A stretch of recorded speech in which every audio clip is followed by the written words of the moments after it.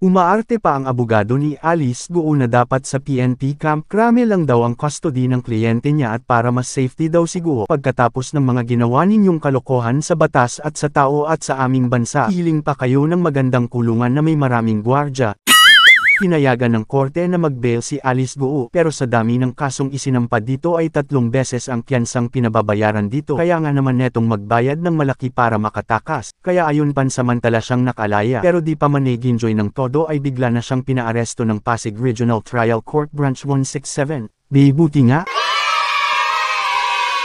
Ang bilis talaga ng karma. Naghain kasi ng arrest warrant at commitment letter ang Pasig RTC para sa kasong qualified trafficking na mas malupit na kasong walang piyansa. Ngayon ay inihahanda na ang selda ni Guo, dahil pinapalipat na ng Korte Suprema ang custody ni Alice Guo sa Pasig City Jail Female Dormitory. Kilalang kulungan ng mga taong highly inmate, sinabing safe daw dito si Guo pero hindi nila ito bibigyan ng special treatment. Dormitory ito na pang 36 person lang pero pinagkasya at umabot na sa kabuuang 135, ang pwesto naman ni Guo na nasa 4th floor at dapat may lamang siyam lang ay umabot na ng 40 person, yan dapat lang yan sa'yo. Para malaman mo ang dinanas na hirap ng mga tao sinamantala inaabuso at inapinin nyo.